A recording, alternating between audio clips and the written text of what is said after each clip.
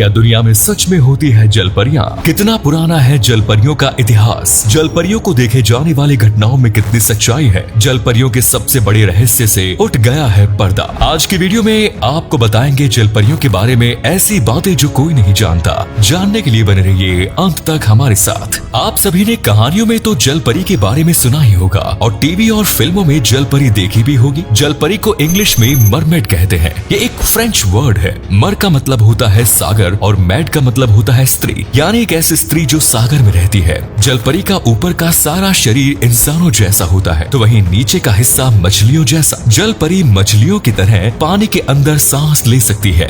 दुनिया भर की कई लोक कथाओं और पौराणिक कथाओं में जलपरी का वर्णन देखने को मिलता है। जलपरी का सबसे पहला जिक्र 1000 ईसी पूर्व के दौरान ग्रीक माइथोलॉजी में देखा जाता है। कहा जाता है कि अटार्गडास नाम की एक राजकुमारी हुआ करती थी जो अपने प्रेमी को बहुत प्यार करती थी, लेकिन एक बार उसे अपने ही प्रेमी को मारना पड़ा और प्रेमी को मारने के बाद राजकुमारी को बहुत दुख हुआ। उसने समुद्र में कूदकर अपनी जान देने की कोशिश करी, लेकिन वो जलपरी बन गई। अलेक्जेंडर की बहन के बारे में भी कहा जाता है कि वो मरने के बाद जलपरी बन गई थी। यूरोप, अफ्रीका और एशिया सहित दुनिया के अलग अलग कोनों में जलपरी की कई कहानियां मौजूद है। रामायण में भी जलपरी के बारे में वर्णन है। हालांकि ये वर्णन थाईलैंड और कंबोडिया के वर्जन में देखने को मिलता है। कहा जाता है कि हनुमान जी जब सीता माता की खोज में समुद्र पार कर श्रीलंका जा रहे थे तो बीच में स्वर्ण मच्छा नाम की एक जलपरी ने उनका रास्ता रोकने की कोशिश की थी। वो जलपरी असल में रावण की बेटी थी, लेकिन हनुमान जी उसे परास्त करते हुए आसानी से आगे बढ़ गए। कई कहानियों में जलपरी को अच्छा माना जाता है तो कई जगह इन्हें शैतान का रूप माना जाता है। अफ्रीका में जलपरियों को बुरा समझा जाता है।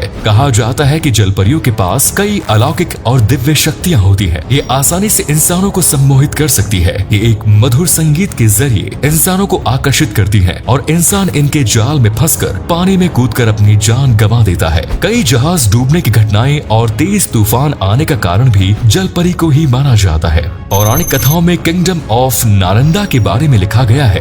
कहा जाता है कि समुद्र के नीचे एक रहस्यमयी दुनिया बसी हुई है जहाँ केवल जलपरियां रहती हैं। इस दुनिया में अभी तक इंसान नहीं पहुँच पाए हैं। मिस्र की कई प्राचीन गुफाओं में जलपरी के चित्र बने हुए हैं जिसमें इंसान जलपरी का शिकार करते हुए दिखाया गया है। माना जाता है कि खुद को इंसानों से महफूज रखने के लिए जलपरियां छिपकर रहती है। इसके अलावा कुछ जलपरियों को अच्छा भी माना जाता है। जलपरियां डूबते हुए इंसानों को बचाती है। कोई रास्ता भटक जाए तो उनकी मदद करती है। जलपरियों का जब भी कहीं वर्णन किया जाता है तो उन्हें बहुत सुंदर बताया जाता है। फिल्मों में भी जलपरियां काफी सुंदर और आकर्षक दिखाई जाती है। भारतीय पुराणों में भगवान विष्णु के मत्स्य अवतार का वर्णन मिलता है जिनका आधार शरीर इंसान का था और आधा शरीर मछली का। ये भी कहा जाता है कि जलपरियों के आंसू मोती में बदल जाते हैं और इसीलिए प्राचीन समय से लेकर आज तक मछुआरे जलपरियों का शिकार करने की कोशिश में लगे हुए हैं। ये तो सब लोक कथाओं की बातें हैं। अब असल जिंदगी में जलपरी के अस्तित्व की बात करते हैं। वैज्ञानिकों का मानना है कि जिस समय मानव सभ्यता का विकास हो रहा था तो मानव प्रजाति में कई प्रकार के बदलाव हो रहे थे। ऐसे में कुछ इंसानों ने खुद को पानी के भीतर रहने लायक विकसित करने की कोशिश की होगी और वही लोग बाद में जलपरी के में विकसित हुए।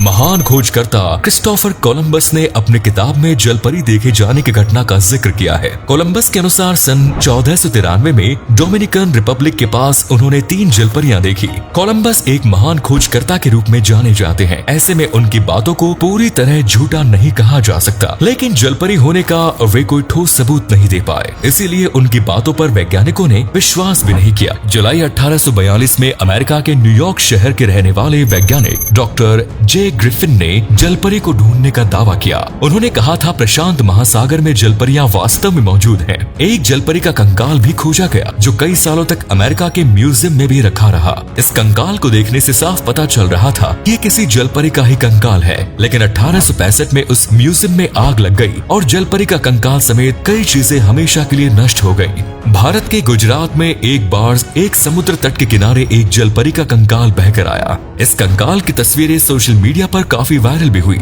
साल 2012 में एनिमल प्लेनेट पर एक शो आया था जिसका नाम मरमेड द बॉडी फाउंड था।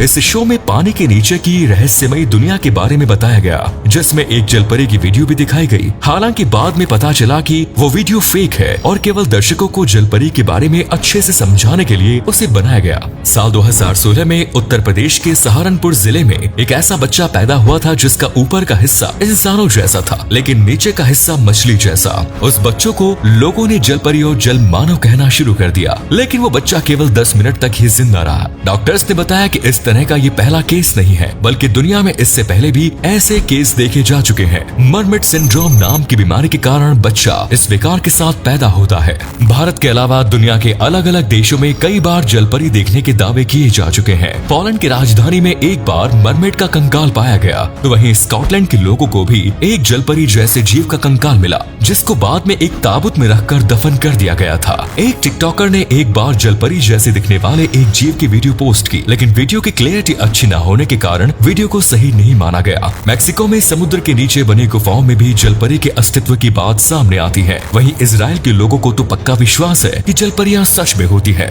इजराइल की सरकार ने कुछ साल पहले जलपरी का सबूत देने वाले व्यक्ति पर $1 मिलियन का इनाम भी घोषित किया था। दोस्तों, इतनी सारी घटनाओं को एक साथ नकारा नहीं जा सकता।